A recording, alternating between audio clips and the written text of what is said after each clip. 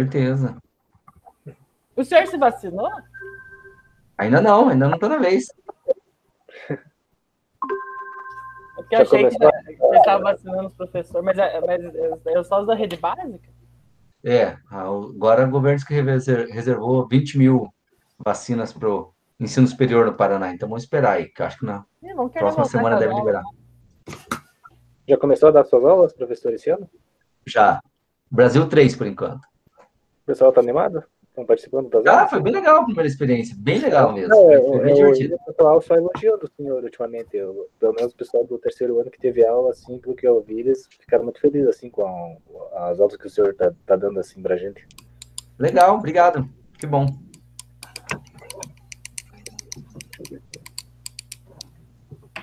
Já tá gravando, então vamos começar. Bom, boa tarde a todos. Meu nome é Alexandre, eu sou da comissão aí do Estudos da Lélia Gonzalez. Hoje a gente vai fazer uma discussão meio especial, em homenagem ao Clóvis Moura. Eu espero que hoje seja o aniversário dele, senão eu vou passar uma puta vergonha.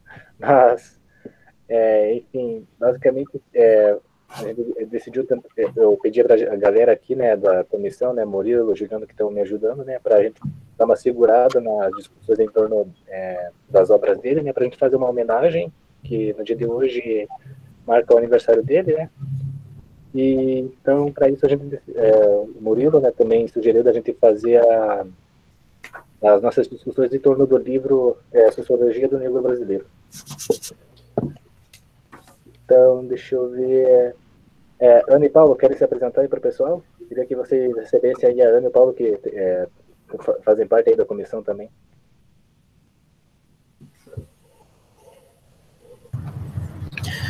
Bom, eu sou o Paulo, estou no segundo ano de bacharelado e faço parte do PET, né, desde o ano passado, e estamos aí para fazer parte também do grupo da Lélia. E já participou também. Você já fez uma fala muito bacana para a gente no dia 13 de maio, em torno da Lei Áurea. Foi muito bacana a discussão. Ana, você está aí? Oi, tô aqui. Se apresenta aí Então, boa tarde, gente. Bem-vindos. Meu nome é Ana, tô no segundo ano agora. Tô no PET também desde o ano passado. E por livre e espontânea pressão do Alexandre, também vamos contribuir. Espero conseguir contribuir aqui também para o grupo. Valeu. Murilo, Juliano, se quiserem fazer alguma fala inicial antes. Vamos por ordem alfabética, o Juliano se apresenta primeiro. Por mim, eu apresento direto que eu me propus apresentar e é isso. Mas eu sou o Juliano, estou no último ano do curso de História, graças aos orixás, e espero que termine o quanto antes. E se hoje não for aniversário do Clóvis Moura, você posta esse vídeo no dia que for, né? Daqui um mês daí. Daí, de algum modo, já coloca aí um band-aid simbólico. Então, e também faço parte do coletivo Ileaí da UEPG, né, de estudantes negros e negras. E é isso. Eu já me apresentei antes e tal. Bom, gente, vocês já me conhecem, né? Estive aqui com vocês no mês de abril, né? Quando a gente fez aquela discussão sobre samba, né? Carnaval. Foi isso? Faz um tempinho já. E, enfim, né? Fazia parte do PET, de tudo aquilo que vocês já sabem, né? Ajudei a estruturar esse projeto do grupo. Né? Atualmente também faço parte no movimento por uma universidade popular aqui em Ponta Grossa, né, que tem também me ajudado assim a traçar, né, ter outros espaços de discussão assim sobre essas e outras questões, né, no âmbito da universidade, na disputa de um projeto popular da nossa universidade. E hoje aqui nós vamos trabalhar com o Clóvis Moura, que talvez seja a maior referência que eu tenho, né, nos meus estudos sobre cultura, né, me informa bastante, né, sobre vários pontos, assim, né, do que eu venho aí pesquisando particularmente. Então é de uma satisfação enorme, né, que a gente tem esse espaço, né, para discutir esse autor, que acho que foi isso que foi pensado, né, o projeto do grupo, né, de difundir mesmo a leitura desses pensadores do pensamento social brasileiro, né, que muitas vezes ficam à margem, né, dos currículos, das disciplinas, né? E o Clóvis entra como uma boa leitura nesse sentido, até pelo caráter anti-acadêmico, né, da sua obra, né, como ele mesmo reforça, e que eu acho que dá bastante o tom, né, da discussão desse capítulo que a gente vai discutir hoje. Então, satisfação enorme estar com vocês. Valeu. Eu vou só fazer um repasse antes com relação aos certificados. Então, pessoal, assim, caso alguém esteja com dúvida com relação a eles, eu vou pedir daí para vocês sempre colocarem o nomezinho de vocês aí no chat, junto com RA, não sei se precisa CPF, acho que pelo menos o teu nome completo aí, o nome da instituição, só para a gente não se perder nem nada, tá?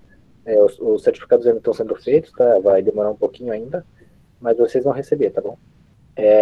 Caso alguém tenha perdido algum encontro, tenha esquecido de registrar o nome aí no chat, nos encontros anteriores, fica tranquilo, tá? Pode conversar aí comigo depois, ou conversar aí no chat também, qualquer coisa eu vou estar conversando aí com vocês durante a explanação do Murilo e do Juliano, mas vocês podem ficar tranquilos, hein, com relação a isso, vocês vão receber os certificados, só preciso que tenham um pouquinho de paciência, tá bom?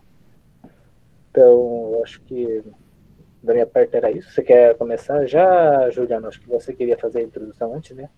Posso? Tá todo mundo ouvindo bem? Sim.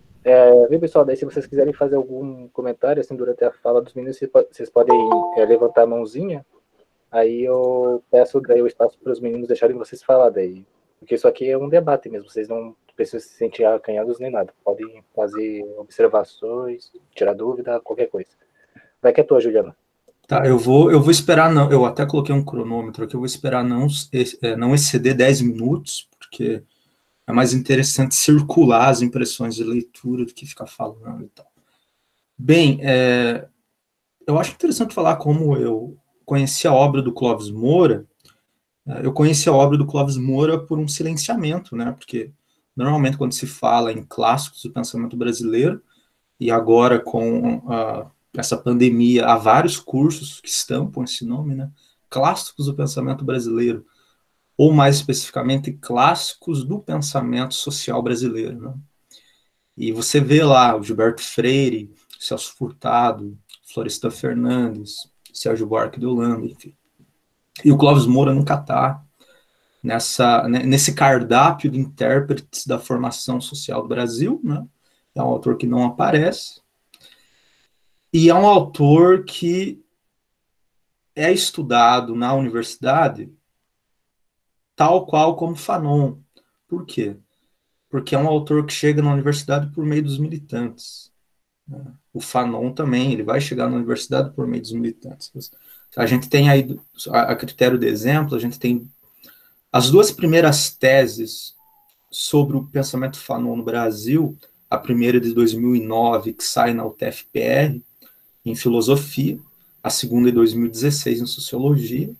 Tanto o Ivo quanto o Davidson, eles são militantes do movimento negro, e o encontro que eles tiveram com o Fanon foi no interior da militância, né? Então, eles vão transformar essas experiências da militância em produto acadêmico, mas não só em produto acadêmico, mas para pensar a própria conjuntura e os modos de luta. Eu digo isso porque o Clóvis chega também na universidade por essa potência militante, né? Não é um autor que é privilegiado nos currículos, né?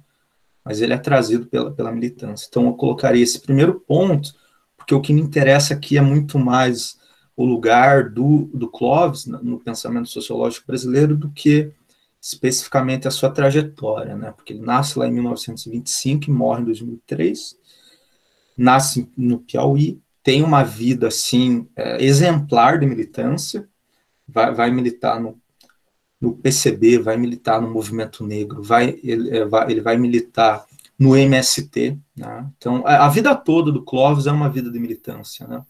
Eu acho que ele não parou um momento de construir relações com diferentes frentes e pautas de anti-opressão e anticapitalistas. Então, Nesse sentido, ele tem uma vida muito ativa, afirmativa dentro da militância, e a obra dele não é excluída da militância, né? Então tem toda uma praxis negra, e a luta pelo socialismo, a luta contra o latifundiário, enfim. Então alguns vão falar que há uma praxis negra na obra do Clóvis Moura. Enfim, mas teoria e prática, né, a praxis está entrecruzada na obra dele. Mas me interessa pensar aí como que o Clóvis Moura, em certo sentido, vai abordar a própria história do negro no Brasil. Porque ele vai escrever um livro na década de 90, em 94, mais especificamente, que eu falei antes de estar gravando, que é As Injustiças de Clio, né? O negro na historiografia brasileira. E é muito interessante pensar nisso e pensar em como o Clóvis está abordando a história do negro no Brasil, né? Porque aí eu tenho uma chave de leitura em relação a isso, que é a chave dos marxismos negros, que eu estou tentando investir algumas interpretações em torno disso. Esse termo é de um sociólogo afro-americano, de 1970, que é o Cedric Robson. Ele tem um livro chamado Marxismos Negros, e isso me interessa na medida que eu posso pensar links, até mesmo intercontinentais, de lutas na escrita da história, né? Tanto Clóvis, como C.L.R. James, como Eric Williams, como Paul Gilroy, têm aproximações no interior dessa chave de leitura, e o Fanon, do marxismo negro, né? Que é como esses autores negros estão interpretando o marxianismo e o marxismo dentro do seu contexto, né? E quais são os limites e deslimites disso, né? Claro que o Cedric Robson, no livro dele, vai desenvolver toda uma teoria do modo de produção, mas, enfim, não cabe entrar aqui sobre isso. E por que isso me interessa? Porque o Clóvis, quando ele vai escrever sobre o negro, quando o Clóvis vai escrever sobre o negro, ele vai escrever sobre a formação racial do capitalismo brasileiro, né? Ele vai dividir o capitalismo brasileiro, ou o modo de produção brasileiro, em dois estágios, que é o escravagista e o capitalismo dependente, né? O capitalismo dependente é lá no século XIX, com a imigração, enfim. Ele vai fazer todo um capítulo nesse livro sobre a questão da mão de obra branca e negra, e como isso foi desenvolvido no capitalismo dependente. Eu acho que a gente vai chegar a ler esse capítulo, a gente pode daí discutir com mais atenuidade esse capítulo. Bem, enfim, agora eu quero falar um pouco sobre, para vocês terem uma dimensão da importância do Clóvis, eu quero falar um pouco lá do Gilberto Freire, né? Que é talvez o meu segundo sociólogo preferido, depois do Clóvis Moura, porque o Gilberto Freire é muito perigoso, né? É por isso que ele é importante. Quando o Clóvis Moura escreve o Casagrande Senzala, na década de 30, né, quer dizer, quando o Gilberto Freire escreve Casagrande Senzala, na década de 30, o Casagrande Senzala faz parte de um projeto mais geral do Gilberto Freire, que vai terminar com Ordem e Progresso, né, que é narrar toda a formação social do Brasil. E o Casagrande Senzala é um livro sobre o Brasil colonial, né?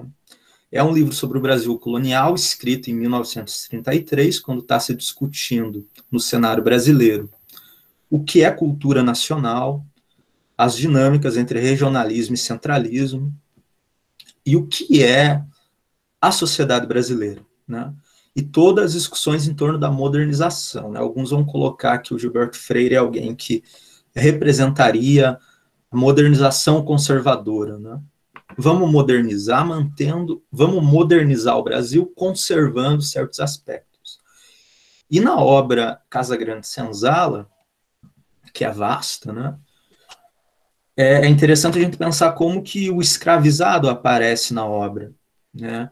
Porque o escravizado, na obra do Gilberto Freire, aparece de modo passivo, né? E não só na obra do Gilberto Freire, né? E o James, o C.R.L. James, ele tem uma frase ótima, que ele vai falar que o negro passivo é um mito, né? O negro passivo só existe no livro dos historiadores capitalistas. Para mim, essa frase do James é encantadora. Mas o negro, no Gilberto Freire, ele é passivo, e o Gilberto Freire ele não vai excluir a violência do processo de colonização. Tá? Falar que o Gilberto Freire nega a violência é uma leitura errada. A violência é um processo imanente, um processo de colonização, mas o que o Gilberto Freire faz? Ele vai naturalizar a violência, né? Demonstrando que os pares, brancos, negros e mestiços, eles têm um lugar no interior da ecologia social brasileira, eles têm um lugar adequado. Então, o Brasil, os trópicos, todo também, a gente poderia pensar as questões territoriais e climáticas, seriam totalmente favoráveis para o desenvolvimento que o Brasil teve, né? Então, o Gilberto Freire vai naturalizar muitas coisas e ele vai ser responsável por esse, dá para colocar de mito, do negro passivo. Né? E esse mito do negro passivo é o mito, quer dizer, vai se desdobrar em outro panteão analítico, o negro objeto. Né? O negro é um objeto do estudo. O negro é tema, tá? Tema e objeto não tem muita diferença, mas isso vai se desdobrar no pensamento sociológico brasileiro, né, que o negro não tem também quase autonomia.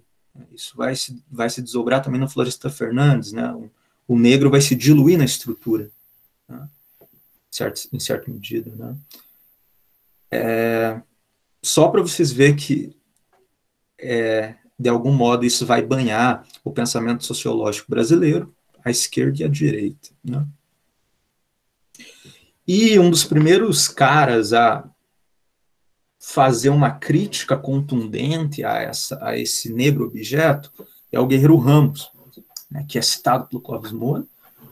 O Guerreiro Ramos vai ser interessante também porque ele vai fazer um balanceamento crítico de alguns intelectuais do Brasil muito importantes, principalmente do século XIX, como Silvio Romero, né, que é um intelectual bastante estudado, lá faz parte da Escola de Recife, tem, sim, um pensamento racista, só que não era comentado na época. Quer dizer, eu estou falando ali no século XX.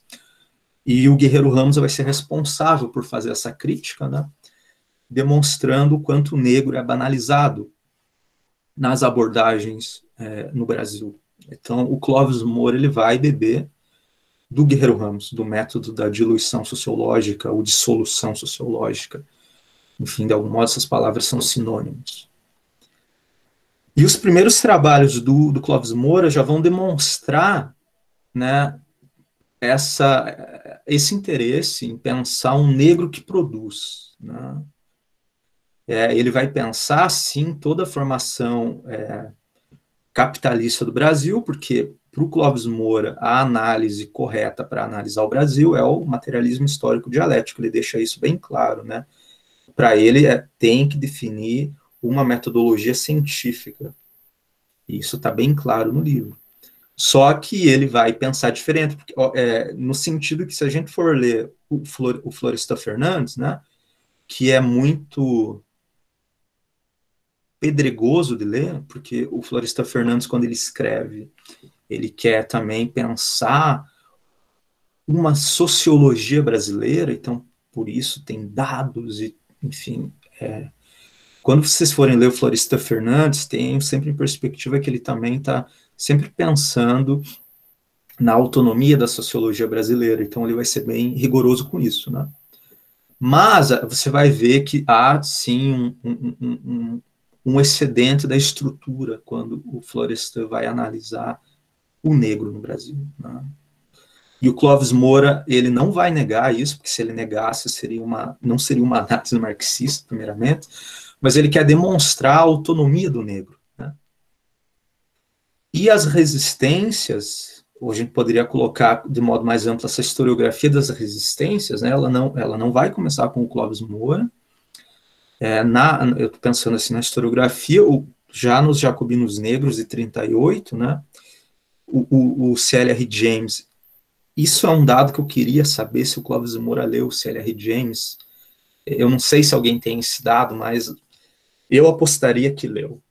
Eu apostaria que ele leu, sim, o C.L.R. James, porque o C.L.R. James, quando ele vai escrever Os Jacobinos Negros, que é um livro sobre a Revolução Haitiana, ele está escrevendo esse livro tendo em vista a luta anticolonial em África no século XX. Né? Então, ele vai tentar, com esse livro, pensar várias lições de resistência para a luta anticolonial do século XX.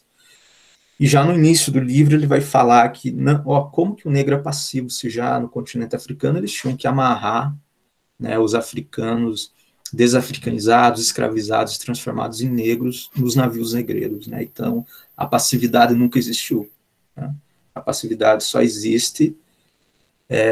A gente poderia pensar que a passividade existe tanto na escrita da história de alguns, quanto no pensamento antropológico de outros, para enganchar com o texto do Clóvis Moura.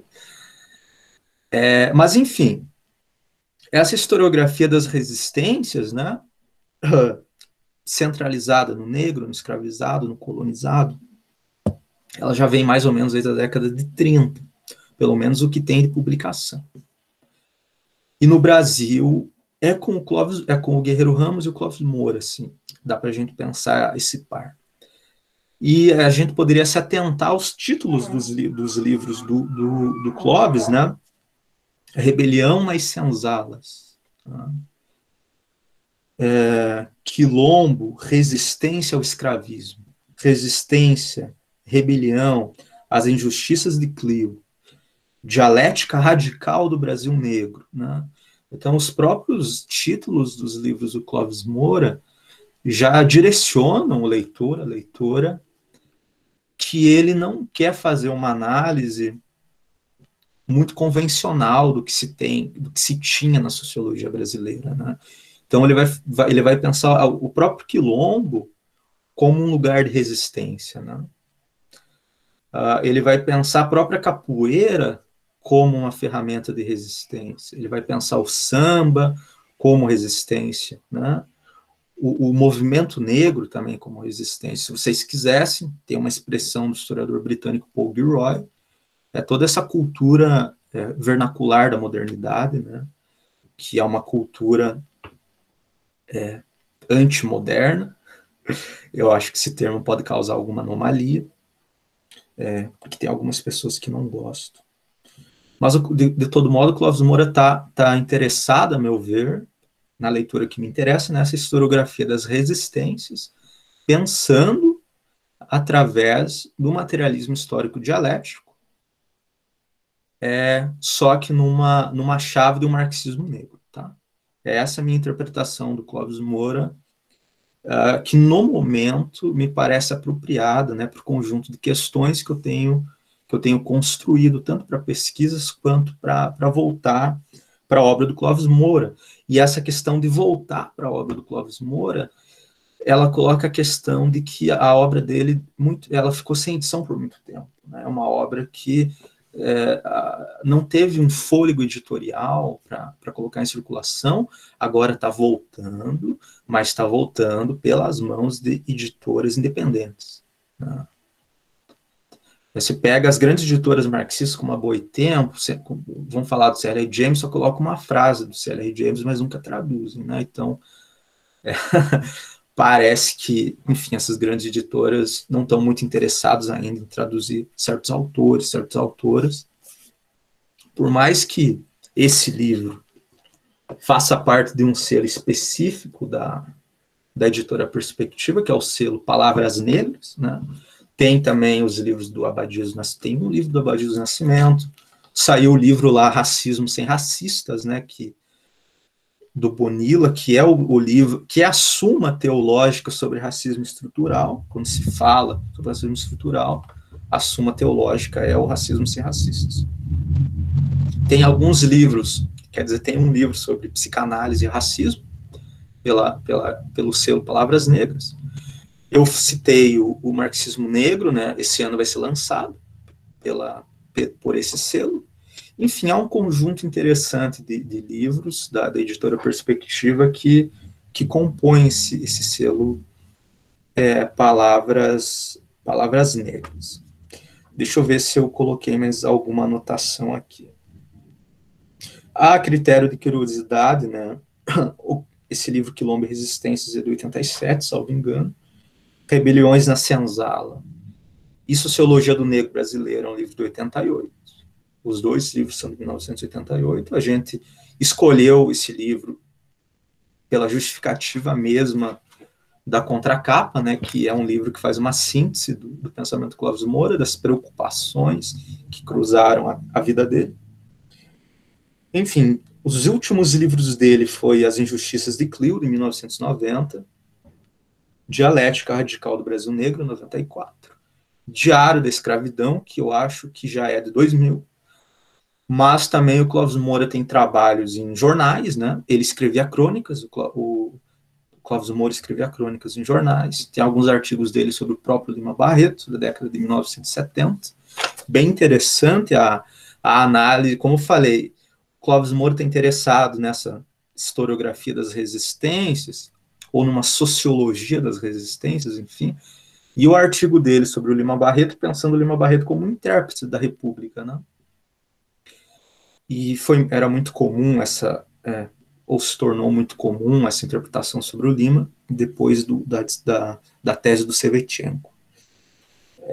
Eu fiz algumas anotações sobre o capítulo em si, mas eu vou esperar o Murilo expor e o pessoal passar as impressões de leitura, e a gente daí vai conversa mais sobre o capítulo, eu acho. É isso.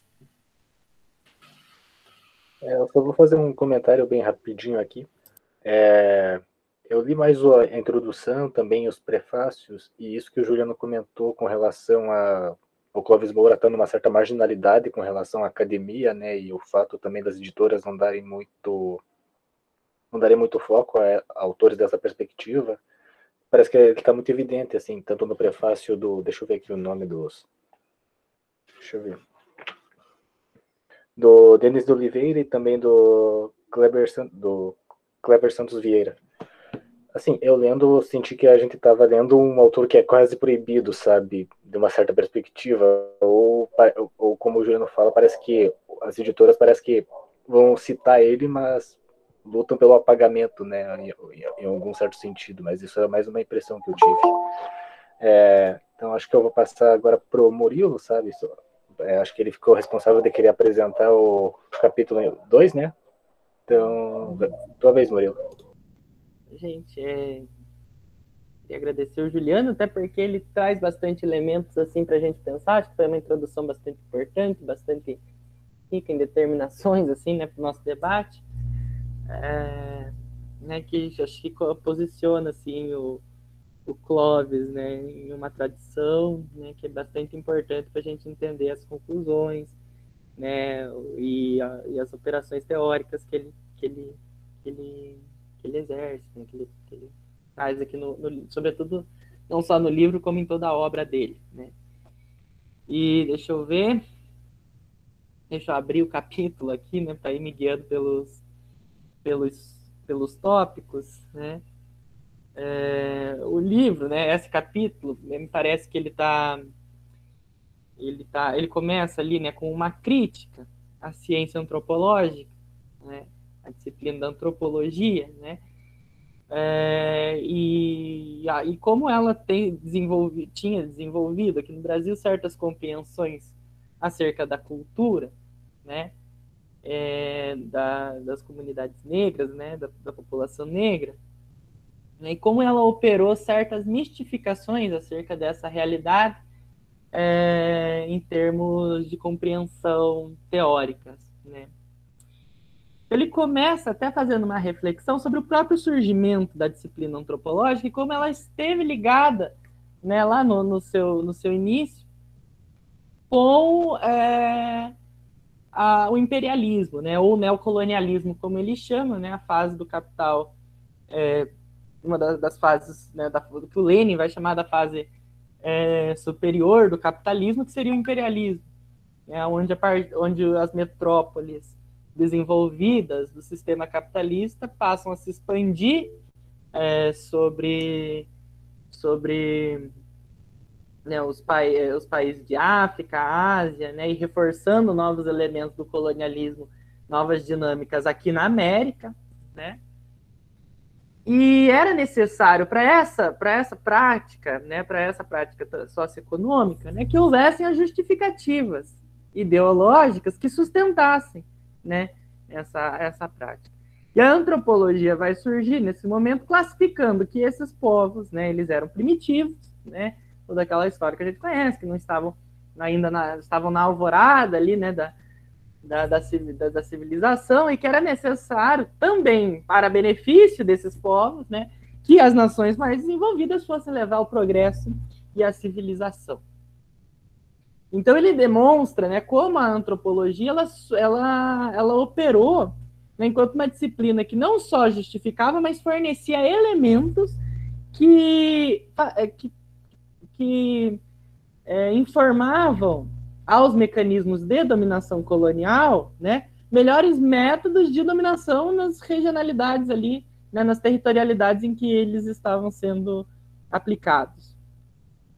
E ele faz essa crítica não só no plano teórico, né, de como no plano teórico isso operava, mas ali ele também demonstra, né, uma série de instituições, né, e como elas agiam em relação, né, às instituições do imperialismo, né? Sobretudo ali ele fala do britânico ali, né? Em algum momento, lembrando de cabeça, assim. Né? Então, a antropologia nesse momento é óbvio, né? Que isso não podemos reduzir a antropologia e seus estágios subsequentes da evolução da própria, né, do desenvolvimento, melhor dizendo, da própria disciplina a isso, né? Obviamente, a gente tem vários desenvolvimentos posteriores que tornam a disciplina antropológica uma coisa bastante diferente disso aqui.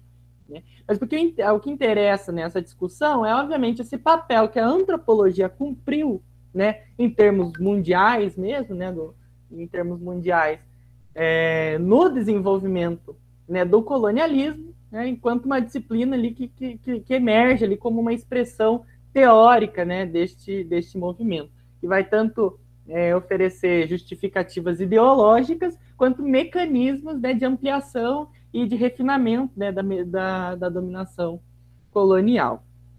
Né? E ele diz que aqui no Brasil, né, a partir de uma série de interpretações, essas características, né, elas também se refletiam aqui. E se refletiam aqui não por uma mera filiação teórica, né, a isso, mas pelo próprio caráter da produção socioeconômica do nosso país, né, que o Juliano muito bem disse, caracteriza por um país de capitalismo dependente, que é subordinado às metrópoles ou países centrais, né, do sistema capitalista. Isso não vai se refletir apenas nos circuitos de produção de mercadorias, mas também nos circuitos de produção intelectual. Né? Porque não poderia ser de outra forma. Então, há uma assimilação da ideologia do colonizador no próprio desenvolvimento de compreensões acerca da cultura aqui no Brasil, né? E que ele vai agora, né, a partir dessa explanação, vai desenvolvendo de como isso se aplicou, né, em termos de compreensão social e cultural aqui no nosso país, aqui no Brasil. Né? Então, depois desse tópico, né, ele vai falar ali sobre a questão do primitivismo fetichista à pureza do cristianismo, né, onde ele trata do conceito, né, de sincretismo. E ele nos diz que a compreensão acerca do que era o sincretismo, né, estava ligada a uma compreensão de que o catolicismo, como que não era apenas, né, um aparelho ideológico, né, da colonização, né, do caráter colonial brasileiro, mas também operava na estrutura escravagista, né, a partir de suas instituições. Ele vai dizer que na compreensão acerca do sincretismo, elegia-se no caso das religiões, no estudo das religiões, que é o exemplo que ele nos dá ali, que no estudo das religiões se elegia o cristianismo católico como uma religião super refinada, né? Uma religião super elaborada, super complexa, enquanto as religiões ligadas aos escravizados, à população negra, seriam religiões primitivas. Religiões que, né, não seriam tão refinadas, né? Religiões ali inferiores, ao, né, elegendo como parâmetro ao catolicismo cristão, né? Então ele diz que o sincretismo, na verdade, se daria a partir da assimilação dessa cultura inferior dos elementos da cultura superior. Entende? Né? É sempre esse movimento de caminho único que ele diz, né? Que se estabelece esse caminho único, como a cultura negra tendo que receber, né, os elementos da cultura branca para ela se elevar, né? Ela se tornar, né, menos inferior, obviamente, né? Então, todas as análises ali que ele vai identificando acerca do sincretismo, tinha-se essa compreensão, né? Tinha essa compreensão de que as religiões de matriz africana, elas seriam inferiores em relação ao cristianismo, né? E, enfim, deixa eu achar, né? Aqui eu tinha anotado algumas frases que eu acho importantes, né? E foi visto assim, não foi visto que dentro de um critério não valorativo não há religiões delicadas ou fetichistas, mas em determinado contexto social concreto, religiões que são dominadoras e religiões dominadas.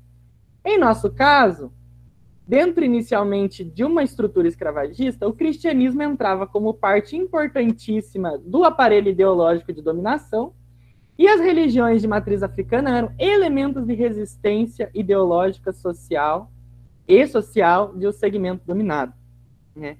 Aí ele citando, né, a autora Juana Elben dos Santos, né, tem uma frase lá que eu acho bem interessante, que ele diz assim: toda uma multiplicidade de designação leva implícito negar o caráter de religião ao sistema místico legado pelos africanos e reelaborado por seus descendentes, despojando-os de valores transcendentais e encobrindo, sobretudo, o papel histórico da religião como instrumento fundamental que nucleou os grupos comunitários que constituíram em centros organizadores da resistência cultural e da elaboração de um ethos específico que resistiu às pressões de desvalorização e de domínio.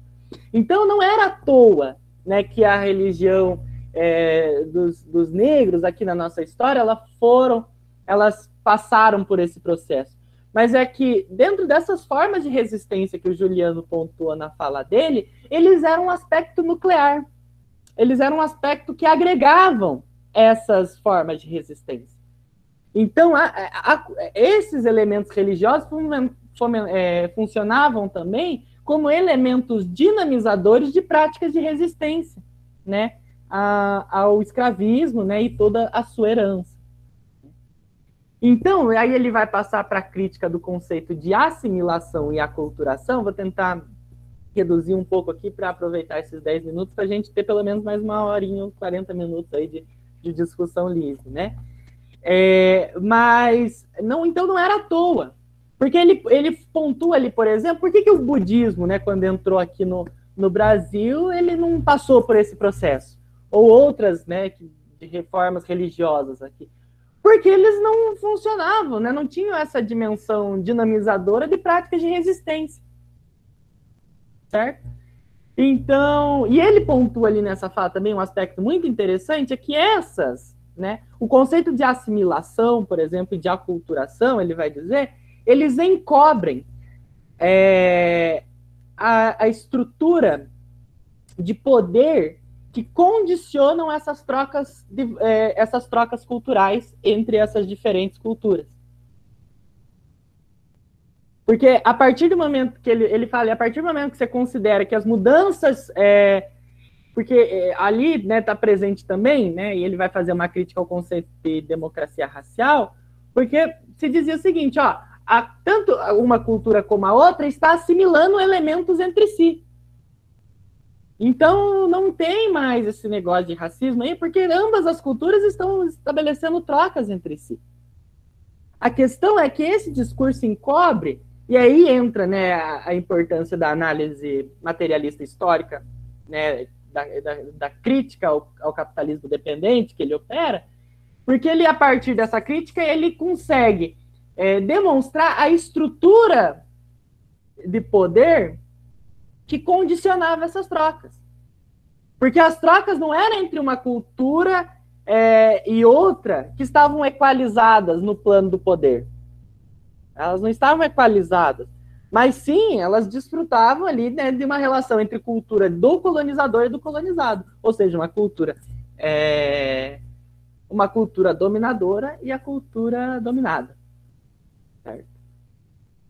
Então, e ele também vai dizer que daí as sobrevivências desse processo, né, as sobrevivências culturais desse processo, por exemplo, a ideologia branca ela vai ressignificando essas sobrevivências, né, tentando tirar o caráter realmente dinamizador que eles exerciam no seu contexto histórico, né, a partir da criação desse exotismo, né, como se essas práticas que persistiram a todos esses processos fossem memórias de um passado distante, né, algo assim lá distante, da alvorada lá, né, do início da nossa história, né, como folclore mesmo, ele vai falar ali, né, e não como esse aspecto dinâmico da vida desse sujeito. Entende? Então, a parte que não conseguia ser assimilada era ressignificada, tentando realmente, não lembro bem a palavra que ele usa agora, né, mas tentando realmente neutralizar essa palavra que ele usa, né, o potencial que esses elementos exerciam, né, nos núcleos, né, associativos dessas comunidades. Então, é bem interessante assim, a leitura que ele faz, né, porque a crítica teórica, ali, o embate que ele está tratando é teórico, né, ali nesse capítulo, sobretudo com a antropologia, né? Mas ele não perde de vista nesse debate teórico a prática social que ela informa, né? E eu acho que isso caracteriza muito bem, né, o marxismo, né, que ele visa construir, né, que o Juliano falou, que é um marxismo militante, né, não é esse marxismo acadêmico, né, que às vezes a gente encontra nos departamentos da vida, não, né, pensamento. Aí ele está tratando um debate ali anti-acadêmico mesmo, né, ele está enfrentando as leituras que se faziam acerca, né, dessas experiências, né, e talvez se deva a isso, né, o próprio apagamento dele na trajetória do pensamento social brasileiro, quando, né, a partir desses grupos que o Juliano falou, né, que a gente vê que parece que ele não tem muito lugar, talvez porque ele incomoda, né? Só por isso. Talvez porque ele incomoda bastante, né? Então, é fundamental, né, para ele, nessa crítica teórica, demonstrar não só as lacunas teóricas, né, mas a prática social a quais essas teorias estão ligadas, né? Que elas, justamente, elas informam, né, essas dominações, esses mecanismos de neutralização, né, das associações, né, existentes entre os negros na história do nosso país, né, diferentes e variadas e plurais formas. Então, e mais para frente no livro, eu acho que isso vai ficando cada vez mais claro, né, sobretudo nos próximos 2 capítulos, né, a gente percebe, né, a aplicação disso, né, desse debate mais, parece um debate mais ali, né, conceitual e tudo mais, a gente vai percebendo, né, vamos dizer assim, as derivações, né, desse debate na prática social da nossa história, assim, né, que ele vai abordando o tema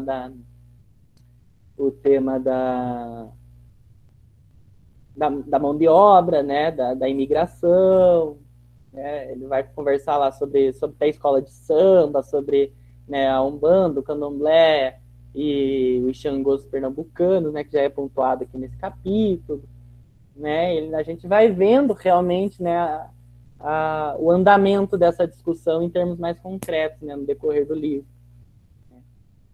Mas acho que seria isso, sim, talvez teria mais coisa para falar. Deixa eu ver aqui. Eu tinha anotado algumas questões. Ele fala, né, que o traumatismo do nascimento não é apenas da antropologia no Brasil, mas do nosso pensamento social de um modo geral, quase todo ele influenciado em maior ou menor nível pela ideologia do colonialismo. Então ele tenta evidenciar, né, o caráter presente dessa ideologia do colonialismo, não só na antropologia, né, mas em todo o pensamento social brasileiro. Então, ele trava mesmo uma batalha, né? O Althusser, na França, falava, né, que a luta de classes ela também se faz no campo da teoria. E me parece que um dos grandes exemplos de militantes teóricos que a gente pode ter na história do Brasil é o Clóvis Moura, né? É a partir da construção dessas compreensões da nossa realidade, né? A partir dessa postura, né, que visa informar uma transformação, né, da sociedade brasileira. Né? Daí cabe a gente, mais para frente, talvez nas próximas discussões, discutir, né, o conceito de quilombagem, né, que ele vai tirar lá da sua escrita sobre a história dos quilombos. Né? Enfim, emerge da leitura do Clóvis Moura, assim, né, um Brasil que realmente não está no retrato. Brasil, né, que muito brilhantemente foi retratado pela Mangueira, né, eu sempre falo desse samba enredo, me parece que cabe fazer esse link, né, entre a obra do Clóvis Moura, porque é esse o Brasil que emerge da sua leitura, né, esse Brasil que resiste, né, esse Brasil que pode ser, né, que virá a ser um dia, eu creio, eu espero, né, mas que pela tristeza do Brasil que nos dá um certo trauma, assim, né, quando a gente compara esse Brasil que pode ser com o Brasil que é, né, e ali emerge, né, que na leitura dele, né, esse Brasil que a resistência sempre fez parte, né. Quando o Juliano fala ali que parece que há ou quando o negro não é apresentado como dócil, né, ele é apresentado como totalmente determinado pelas estruturas, né, coloniais e capitalistas que aqui existiram, né. É um erro ali que até o Florestan, né, um sociólogo da envergadura do Florestan, às vezes acaba cometendo. Mas ali a gente consegue ver, né, o equilíbrio mesmo, né, daquela grande frase do Marx, né, de que os homens fazem a sua própria história, mas não a fazem como querem, né, mas sim sob condições que lhes são legadas. E parece que a obra do Clóvis Moura também tem essa qualidade, né, de conseguir equalizar muito bem o papel dos indivíduos, né, o papel dos sujeitos, melhor dizendo, frente às estruturas históricas, sem hiperdimensionar qualquer um dos polos, né, dessa relação. Então, acho que seria isso. O Juliano, galera, aí, se eu falei alguma abobrinha, fico à disposição de corrigir. De ser corrigido, melhor dizendo.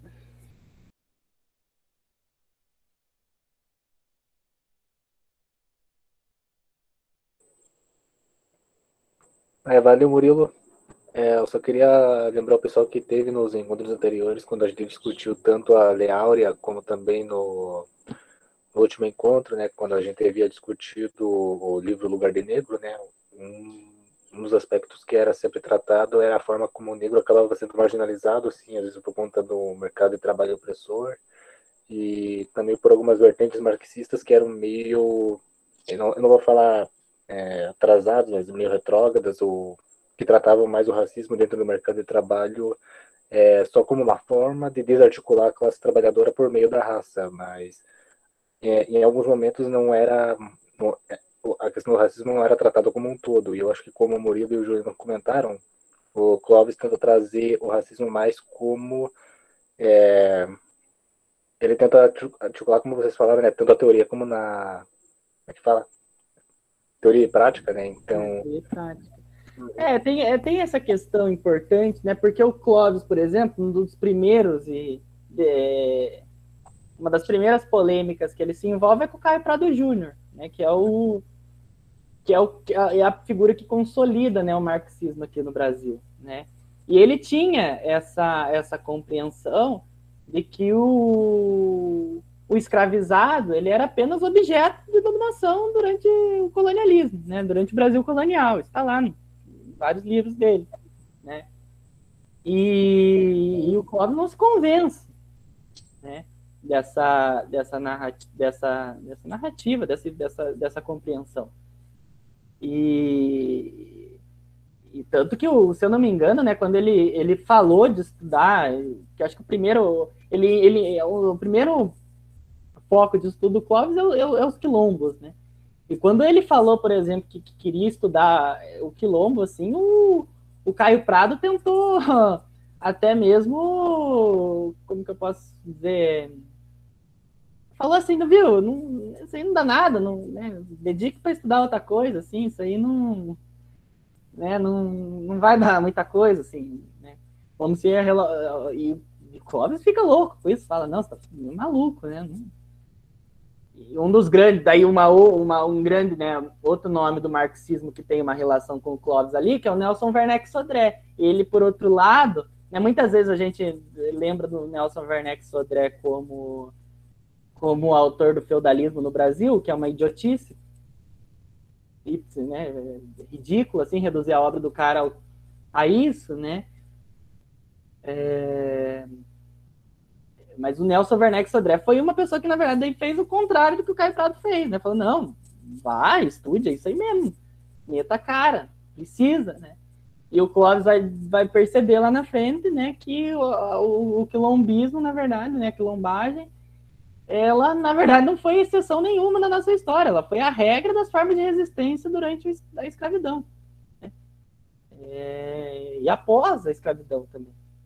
Então, ele percebeu a importância, né, dessa forma associativa na resistência aqui na história do nosso país, né? E, enfim, mas me parece assim, né, que realmente até esse mesmo porque na verdade, né, é uma exceção, obviamente, né? Parece que é uma exceção, assim, mas não é. O Clóvis também não chega a ser tão exceção assim. Se a gente começa a lembrar de vários outros autores que passam pelo mesmo apagamento dele. O próprio Nelson Werneck Sodré é um que a academia lixa hoje em dia. Tempos, assim. Clóvis, né? Por que essa galera não aparece? Guerreiro Ramos, né? Cadê essa galera? Eu acho que isso está muito ligado ali com o que o professor Hilton deixou nos comentários, né? Se vocês me permitem fazer a colocação dele aqui em voz, né? Ele diz que ele acredita que o silenciamento pela academia diz muito sobre o medo que os acadêmicos tiveram de pensar a ação concreta de suas reflexões. Ler e discutir qualquer autor é fácil, mas discutir um cara que posiciona que a questão racial vai para além do debate de classes e toma isso como um mote de sua ação política, vide todo o processo de definição e demarcação de comunidades quilombolas, aí para a academia é demais. Eu acho que realmente esses caras que transbordam, né, a perspectiva fechada da academia, realmente eles sofrem esse apagamento. Né?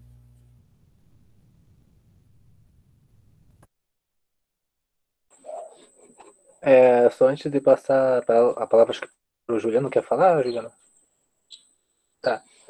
Só vou avisar mais uma vez para o pessoal colocar aí o nome e também o nome da instituição aí no chat. Daí também, se vocês quiserem participar do debate, vocês podem só se manifestar no chat ou podem só levantar a mãozinha. Então, fiquem à vontade, pessoal. Fala, Juliano. Eu tenho algumas impressões e leituras sobre o capítulo. Só algumas coisas rápidas. Espero aqui, tô com dor na perna. Eu acho legal esse capítulo, porque o Clóvis Moura, ele realiza um esforço de esquematização conceitual, né? Quais conceitos são contraproducentes para o pensamento sociológico no seu período, né? Claro que a gente sabe que a antropologia, para quem leu o Espetáculo das Raças da Lilian Schwartz, a antropologia no século XIX e XX era uma disciplina biológica. Né? A princípio, a antropologia foi uma disciplina biológica, porque ela estava muito mais relacionada em compreender as espécies, né? Atrasadas, inferiores. Né? Então, é interessante pensar que a antropologia, nascendo no colonialismo, no neocolonialismo, ela, a princípio, sim, é uma disciplina que ela tem um pensamento biológico muito influenciado pelo darwinismo social e pelas teses de determinismo e pelas teses eugenistas. Né? Não à toa, né, o nascimento da antropologia, do saber antropológico, ela está nessa conjuntura desses outros saberes que compõem uma raciologia do século XIX, né? Os diversos saberes sobre a raça. Né? Então, a antropologia ela também nasce daí. Acho que essa análise é interessante também para pensar as colocações do Clóvis Moura, sendo um capítulo que pretende trabalhar, pelo que eu vejo, com certos limites epistemológicos, né? Até que ponto esse conceito é produtivo, né? Até que ponto esse conceito pode auxiliar a gente a pensar essas questões, né? E ele vai, de algum modo, contextualizando e rebatendo esses conceitos e alocando a sua perspectiva materialista em relação a esses conceitos. Né? Ele vai fazer todo, a própria urdidura desse capítulo, ele vai esquematizar todo esse seu projeto, né, de desmontar esses conceitos. Eu acho isso bem interessante. Inclusive, é legal a gente ver como ele compõe o texto para a gente mesmo, quando vê que um conceito não é legal, é chato pra cacete, isso não ajuda em nada. Né, como desmontar e propor algo melhor. É isso que ele faz, né? Ele não vai apenas negar, né? E a gente sabe que a negação hegeliana é uma negação produtiva, né? Você tem que negar algo que existe para produzir, né? Então, essa negação da negação é sempre produtiva. Vejo que o Clóvis Moura, de algum modo, vai realizando isso. Ele cita o Munanga, que é um grande antropólogo. Eu gosto do Munanga, tem alguns livros dele, acho muito didático, recomendo os livros dele, é bem didático, e o Munanga tem ele é da USP, né, um antropólogo da USP. Tá vivo, né? Tá vivo, é um antropólogo que tá vivo, e ele tem uma obra bem legal. Vivo e produzindo, né? Eu li o Negritude e o Uso dos Sentidos, que foi o trabalho de dissertação dele, que saiu em livro pela Perspectiva, e gostei bastante. Enfim, então, primeiramente, eu vejo que o Clóvis Moura, ao pensar criticamente em antropologia, ele está pensando todo esse léxico colonialista que tem na antropologia, né? Eu acho isso interessante, e esse léxico, né, esse conjunto de conceitos, ou essa gramática, se vocês quiserem, tanto o sincretismo, quanto a assimilação, quanto a acomodação, quanto a aculturação. Veja que a assimilação e a acomodação são conceitos que a gente vê também em biologia, quando a gente está no ensino médio, né? São conceitos da biologia também. Né? Então, essa aliança a gente tem que ficar atento. Ô, Júlio, tem uma questão que eu acho que ia provocar você para conversar dentro disso, é que também, às vezes, né, o debate, né, sobre o caráter eurocêntrico é muito presente, né, não sei, nas outras ciências humanas, né? Sim. Mas, pelo menos na história, a gente sempre está reforçando isso. Desde o primeiro ano, a gente sempre reforça, né, que a divisão quadripartite, por exemplo, da história lá, né, de história antiga, história medieval, história moderna, história contemporânea, é um reforço, né, da própria ideologia colonialista, né, onde o centro do mundo onde a história do mundo é dimensionada pela história da Europa. E Isso o próprio. Desculpa, Oi? Murilo. E o próprio aporte teórico, geralmente a gente pode ter autoridade para falar alguma coisa quando fala que lê algum autor europeu, né? Exato, é isso que ia provocar, né, a gente fazer uma reflexão nesse sentido, como ainda a ideologia colonial não está nem um pouco superada nos próprios meios de produção acadêmica, produção e educação acadêmica. Como que ela ainda está presente e como esse debate que o Clóvis Moura não é nem um pouco datado, né? Porque que as reformas universitárias, elas ainda não, né? E as tantas reformas universitárias mais gerais como as constantes discussões de currículo ainda não superaram, né? Como esse debate ainda fornece elementos para a gente pensar o atual estado, né, tanto das nossas disciplinas nas ciências humanas, né, quanto até o currículo, né, dos nossos cursos, né, de ciências humanas no geral. Tá. Deixa eu anotar aqui, eu vou terminar minha exposição, daí eu volto para essa pergunta aí, porque eu coloquei algumas coisas. Só um pouquinho, Juliana. Acho que a Ana se inscreveu ali para falar, daí acho que enquanto você se organiza aí, acho que ela pode ir falando. Pode falar, Ana. Não, então, que enquanto vocês falavam, eu estava lembrando de uma questão que o professor Hilton levantou numa aula da segunda-feira, nossa primeira aula com ele, que ele fez um alerta para gente, quando nós estivéssemos escrevendo, principalmente, ou falando sobre a cultura afro-brasileira e tudo mais, para a gente evitar falar em contribuição do negro, da cultura negra na formação cultural do Brasil. Porque quando a gente fala, né, segundo ele, quando a gente fala em contribuição, a gente sugere que existe uma figura maior, algo maior, que foi responsável pela formação cultural, e você pega a cultura negra como um acessório de uma cultura branca, eurocêntrica, que nem o Murilo estava falando agora. E aí a gente acaba caindo exatamente nisso que o Clóvis fala, de você acabar considerando a religião, a música, a culinária afro-brasileira sempre como algo típico, praticamente folclórico, e você tira então esse protagonismo. E o Juliano falou, né, sobre a questão do negro ser usado como objeto, como um tema de estudo, sem autonomia real, e o professor falava disso para a gente, né, para nós nos atentarmos no papel ativo e numa participação efetiva do negro, tanto na formação cultural brasileira, enfim, em tudo que pode ser dito mais sobre isso. Acho que era isso que eu estava lembrando aqui. Perfeito, eu acho que... Eu acho que isso que a Ana comentou tem muito a ver com um certo viés negacionista que existe hoje em dia. Por exemplo, eu não lembro se foi Olavo de Carvalho, uma vez que havia feito um comentário dizendo que a contribuição dos negros e dos índios não teria contribuído em nada para a formação da cultura brasileira. Então, eu acho que quando a gente vê o que o Clóvis fala também nesse debate que a gente está tendo hoje, a gente percebe que isso não mudou muito, mas que o fato da gente estar aqui discutindo esses temas hoje em dia, aqui, ter esse espaço, é uma forma de combater esse negacionismo.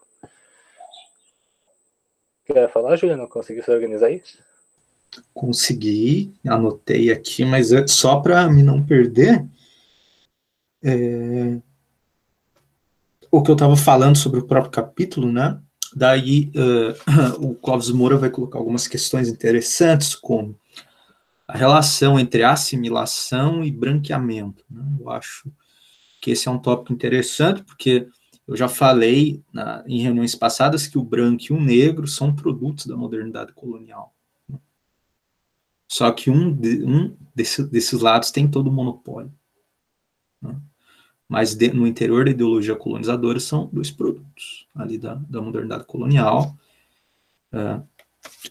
Eu não vi ainda uma interpretação melhor do que nesse caso da ideologia do colonialismo, do que aquela que está no Crítica da Razão Negra, do Bembe. A aculturação é um conceito Inclusive, nós vamos trazer o Douglas aqui para o grupo para falar do bem, do para bem. falar do MEN. O outro conceito que é meio complicado, né, que é o conceito de aculturação, né? Eu acho esse conceito meio complicado de destrinchar e muito problemático, né? Essa aculturação. Porque se a gente fosse pensar em um sinônimo de próximo da aculturação hoje, apropriação, aculturação, né? O sufixo a pesa muito aí. Mas, em relação ao capítulo, né, sem pensar outras questões, o Clóvis Moura vai falar que a aculturação ela produz uma ahistoricidade, né? Ele vai fazer um jogo dos sufixos, né? E essa ahistoricidade está relacionada a um problema entre o cultural e o social, né? Parece que esse é um tema meio central nesse livro. Quais são as diferenças entre o social e o cultural? Né? Quais são as convergências entre o social e o cultural? E para ele, esse conceito de aculturação, de algum modo, excluiria a possibilidade de historicizar a própria cultura e a própria sociedade, né? Então, parece que o Clóvis Moura, ele está combatendo uma visão antropológica que foi muito debatida no século XX, né? Que é a antropologia nega a história. Brodel e Lévi-Strauss na França, né? Essa é a discussão que tem lá também, né? O Brodel, não, olha, você tá falando que as sociedades não têm, que certas sociedades não têm história. E isso é errado, né? A princípio, para ninguém cometer erro. O Lévi-Strauss nunca falou que existem sociedades sem história, né? Quando o Lévi-Strauss fala de sociedades quentes e frias, isso está relacionado ao grau de historicidade em cada sociedade e o lugar que a ciência histórica ocupa nessa sociedade. Isso foi falado. Então, nesse sentido, qual que seria a importância da história como ciência para certas tribos ameríndias? É essa a discussão do Lévi-Strauss, não é que existem sociedades sem histórias, né? A gente tem um mal entendido um pouco com a antropologia na história, mas, enfim, a discussão que o Clóvis Moura faz é um pouco essa também, né? Olha, mas ele não fala aqui do Lévi-Strauss, por exemplo, mas é esse debate que cruza um pouco o século XX, né? As relações entre antropologia e história, entre espaço e tempo, entre raça e cultura, né? Então ele vai fazer essa discussão, que é uma discussão clássica, em certo sentido, na própria historiografia, né? Só que ele está preocupado em acentuar a colonização nessa discussão, né? Que é o ponto que ele vai desenvolver, né? Na discussão, por exemplo, entre o Brodel e o Lévi-Strauss, a colonização não é discutida. Mas o Clóvis Moura, aqui no cenário brasileiro, pensando o capitalismo dependente, ele vai trazer essa discussão, né? Mas, enfim... Juliano, só acho que a Kiara queria falar, né? Pode falar, de boa. Né? Parabéns, Kiara, por ter passado no vestibular. Bem-vindo ao EPG. Obrigada. Eu ia falar sobre o papel da história em algumas sociedades. Não é que certas sociedades não enxerguem a história de alguma forma, mas é uma visão minha, pessoa que não. Mas é que certas sociedades olham para a história de outra forma, de uma maneira oral. Por exemplo, algumas sociedades, a ancestralidade tem outro papel. Se ela tem outro papel ancestral dentro da oralidade, o que os mais velhos falam, as histórias contadas pelos mais velhos têm outro papel? Então a história dentro dessas sociedades, ela tem um papel. Ela só não é um papel científico. Dentro do ideal branco colonial, que é o nosso ideal de história. E não quer dizer que esse ideal nosso de história enquanto científico está errado. Mas não necessariamente essas sociedades não enxergam a história como algo importante. Elas só enxergam de outra forma. Fiquei pensando muito nisso. Essa colocação é interessante, porque quando a gente fala em história, em história, historiografia e historicidade, né, que são história, vamos compreender, grosso modo, como uma ciência, história com H maiúsculo. Historiografia é a produção sobre o conhecimento histórico produzido por historiadores e historiadoras. Historiografia é isso. E a historicidade é a forma que você constrói um contexto a partir de conceitos históricos, e isso vai enredar o texto historiográfico. Né? Então, há um enredamento. Né? É isso que o historiador e a historiadora faz. Quando o Lévi-Strauss, né, que é o Lévi-Strauss falando, e não eu, na verdade, nem é o Lévi-Strauss que falou isso, foram os intérpretes da história do Lévi-Strauss. Ele vai falar de sociedades quentes e frias. Né? As sociedades frias seriam as sociedades ameríndias, sendo grosseiro, né? Sociedades ameríndias. E as sociedades quentes seriam as sociedades industrializadas. Né? E essa distinção ficou muito famosa, né? É uma distinção que está sendo recuperada agora pela etnologia indígena contemporânea no Brasil, né? Pela antropologia contemporânea. Mas a relação nessas sociedades aí que você falou, as orais, claro, né? Porque quando se pensa que as sociedades, que a ancestralidade tem uma preponderância afirmativa e muito mais importante do que a escrita, né? Muito mais importante do que a escrita. E isso também compõe uma outra relação com o próprio tempo, né? Que é onde a gente situa a história e as outras coisas. E isso é muito interessante de ser pensado, né? A ancestralidade. Mas a questão seria a historicidade. Como essas sociedades olham para o seu tempo. Né? Porque quando a antropologia, grosso modo, ela vai fazer uma análise, em certa medida, presentista, né? Os antropólogos. Né? Eles não estão interessados, principalmente aí nessa antropologia colonial, eles não estão interessados em como certas sociedades se relacionam com o seu passado e seu futuro. Eles estão interessados em como essas sociedades podem servir ao processo civilizatório. Nós estamos no século XIX e XX, né? Isso foi, vamos usar um termo aí, foi sendo ressignificado depois, quando a antropologia, ela tira esse peso colonial em certa medida, mas não negar, né, toda a questão oral e ancestral, né? A questão é só conceitualizar mesmo. Ou seja, para esses caras, as outras sociedades só existiam em relação a eles. Sim. Toda a vivência delas existe em relação a eles. Ai, que lindo! Ai, maravilhoso! Não o Lévi-Strauss, né? Essa antropologia colonial aí do século XIX e XX, porque quando a gente pensa os trabalhos de antropologia da década de 50, a maioria dos trabalhos eram financiados pela Unesco. Né? A gente não pode esquecer desse ponto.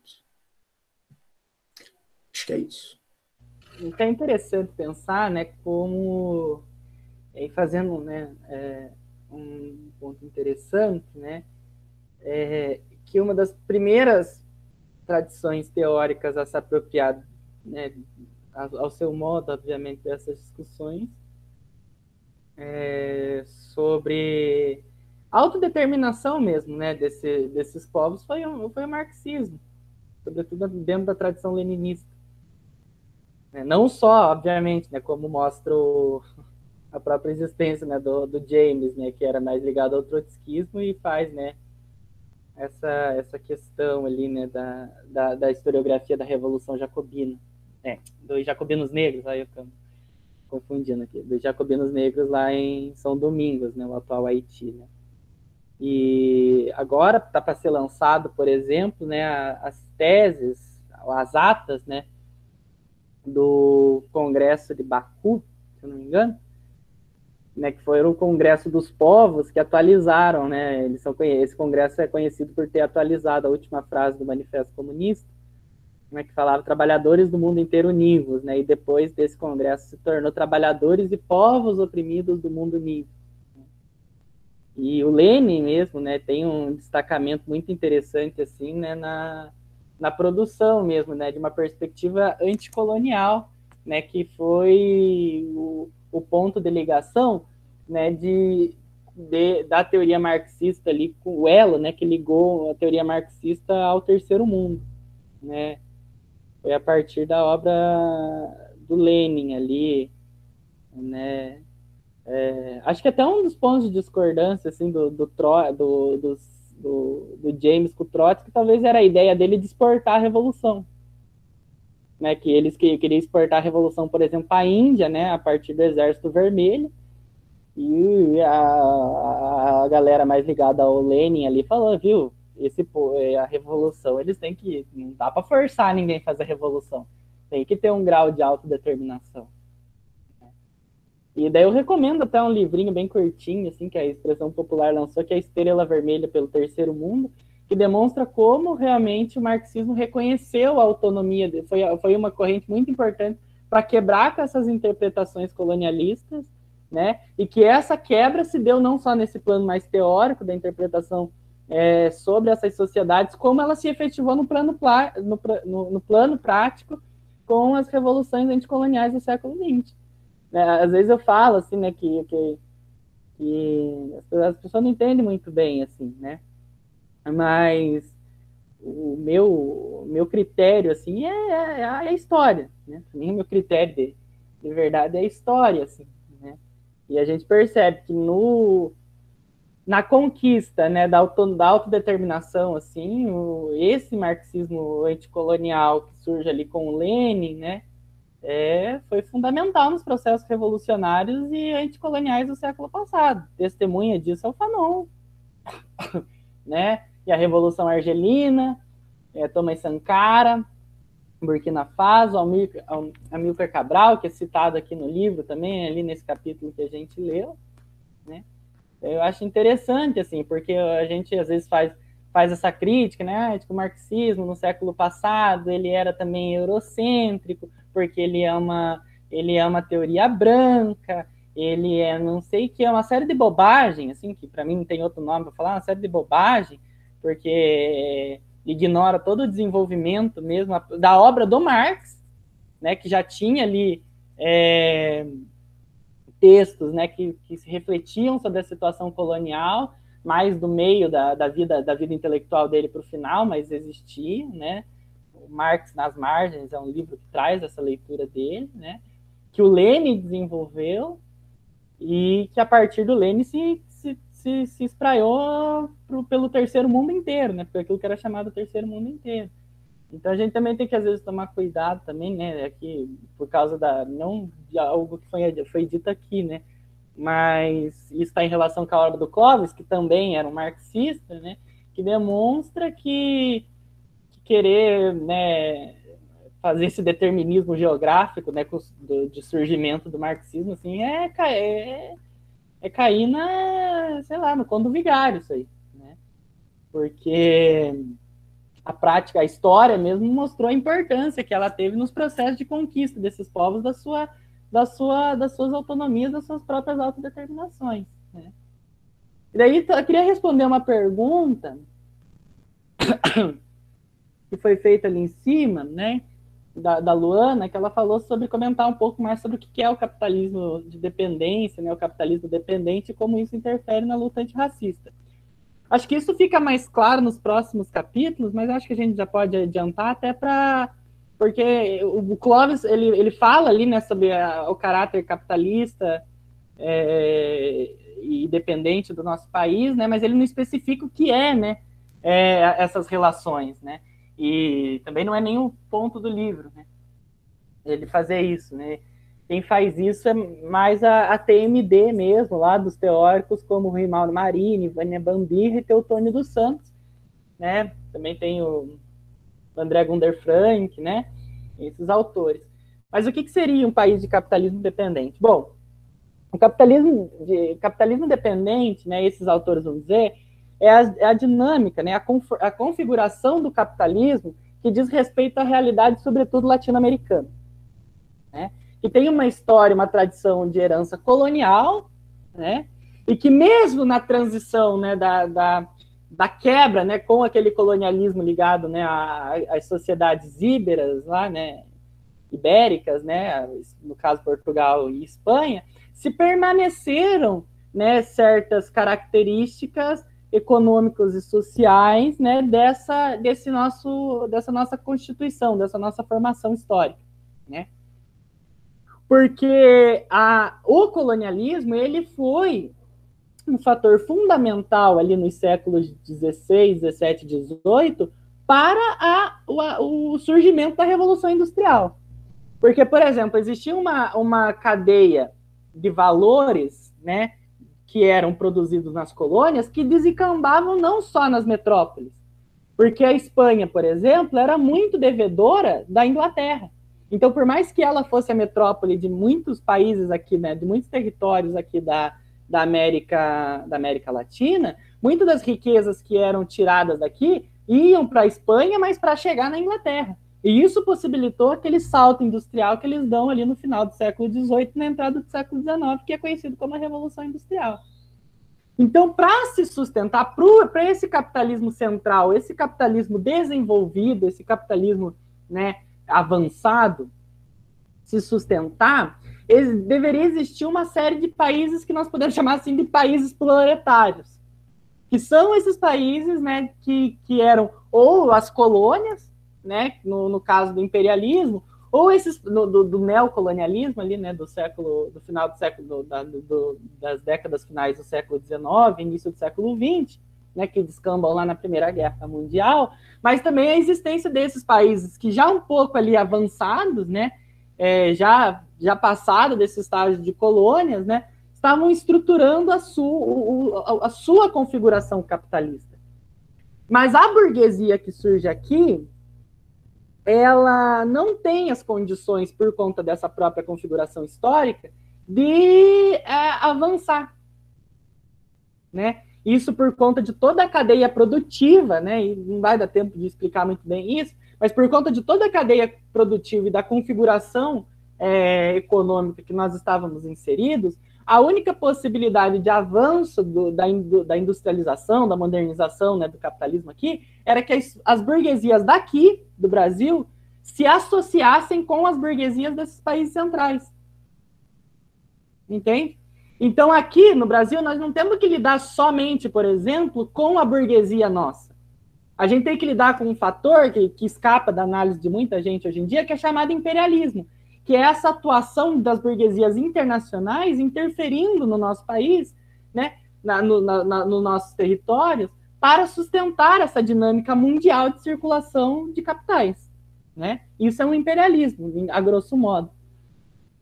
Então, a nossa burguesia, ela se associa, né? Então, ela estabelece ali ligações comerciais, compromissos de classe, né, que acabam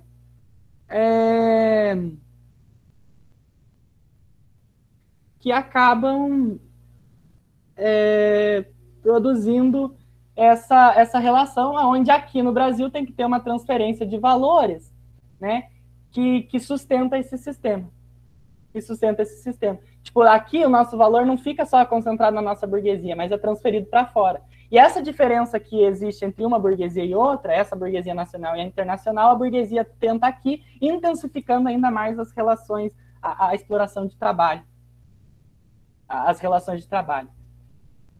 Mas é isso, gente. Eu tenho que pegar uma entrega ali que chegou para mim, mas eu acho que no próximo capítulo isso vai ficar mais claro e a gente pode explorar melhor essa relação. Mas aqui, daí, isso imprime um caráter de que a classe trabalhadora aqui ela é muito mais explorada do que nos países de capitalismo central, e isso é condicionado pelos ditames, né, da racialização dessa classe trabalhadora.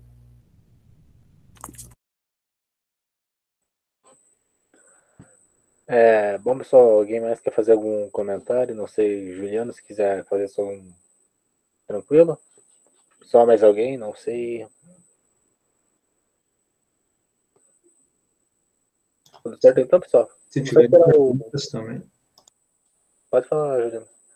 Não, só falei se alguém tiver pergunta também. Ah, tá. Então, tudo certo, gente? Alguma dúvida? Não sei. Se quiserem falar aí no chat.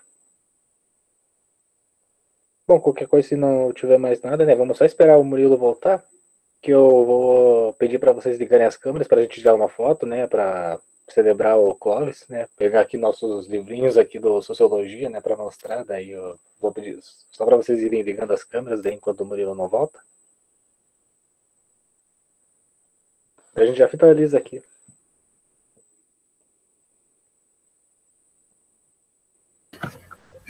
Eu só queria comentar ali sobre uma coisa que eu achei muito interessante no texto, né, que o Clóvis, ele fala muito dessa ideia da religião superior ali, entre aspas, assimilar a outra, né, e ele vai pegar essa religião que está superior ali a outra, ela vai pegando somente os aspectos ali que interessam a elas e vai deixando os outros ali para ficarem como disse o Murilo, se não me engano, uma coisa ali do passado que está ali no presente, mas é algo parado no passado, né?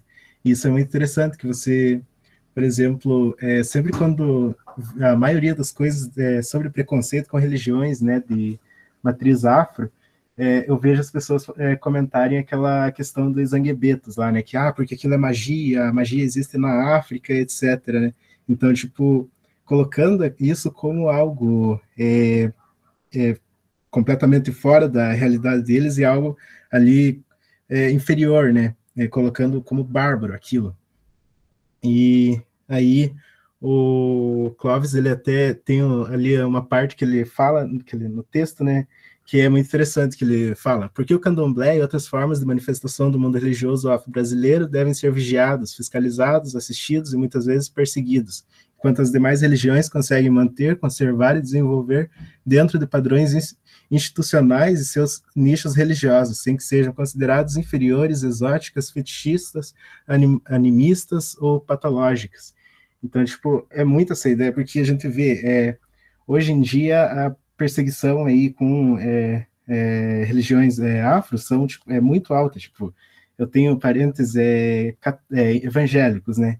E dentro da religião deles aí tem cada vertente, né? E eu já vi duas pessoas de vertentes diferentes brigando porque uma tinha dança, né? Uma coisa que é herdada nessa troca de características entre religiões, né? Então, tipo, o cara falando que aquela religião tinha mais ligação com o diabo porque eles dançavam durante a celebração deles, né? Então, tipo, qualquer coisa que esteja ligada, né, às culturas afro está sujeita a essa subjugação pela cultura superior. Mas eu acho que era isso mais o que eu tinha para comentar. Esse é um bom ponto, Paulo, porque aí que entra uma das funções sociais do historiador, da historiadora, né? Se a acomodação ela vai por esse lado da ahistoricização, que vamos despir, vamos roubar a história deles, né? Eles não têm história, e o historiador e a historiadora colocam a história desses povos no tempo, né? Coloca a história desses povos no tempo e demonstra a riqueza da história deles, de combate, de resistência, e, enfim, eu acho esse ponto bem interessante, e uma questão que foi colocada, só para encerrar, que eu não li muita coisa sobre isso, mas eu acho que merece um aprofundamento, é a relação entre negacionismo, né, e racismo, né? É uma lição básica, a gente não discute com negacionista, a gente discute o negacionismo, né? Não adianta perder tempo discutindo com negacionista, mas sim o negacionismo. O negacionismo a gente se discute enquanto categoria e o quanto isso prejudica, mas com negacionista nunca se discute, né? E essa relação entre racismo e negacionismo é muito interessante, porque o Brasil tem os negros certos, né? E esses negros certos podem ficar do lado da elite. A gente pode pensar aí no delegado da Cunha, que de algum modo está fazendo, mas ele é quase um policial branco, né? Mesma ideologia, né? e também o cara da Fundação Palmares. Esses negros são certos, eles podem estar do lado da elite, eles sim estão do lado do desenvolvimento da sociedade. É esses negros que são aceitos na classe dominante, os outros não. Esses são os negros certos que fazem parte do negacionismo também.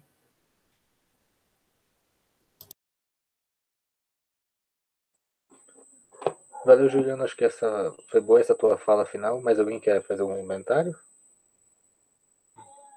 Fechou então, pessoal? Bom, vamos então ligando as câmeras aí só pra gente tirar a foto aqui. Murilo, acho que o Murilo saiu, não vai voltar mais, né? Acho que já finalizou mesmo, né? Mas vamos lá, gente. Cadê? Paulo, Ana, se estiverem aí, liguem a câmera.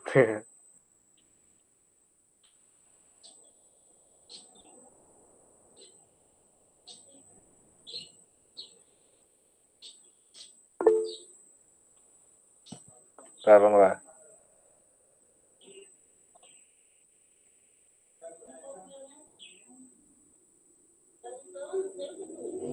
Valeu, gente. Obrigado aí pela presença de vocês. Até a semana que vem, então. Valeu, Luana. Tchauzinho, gente. Até mais. Até mais, Elida. Valeu, Juliano. Valeu, Paulo. Valeu, Ana. Finalizar aqui.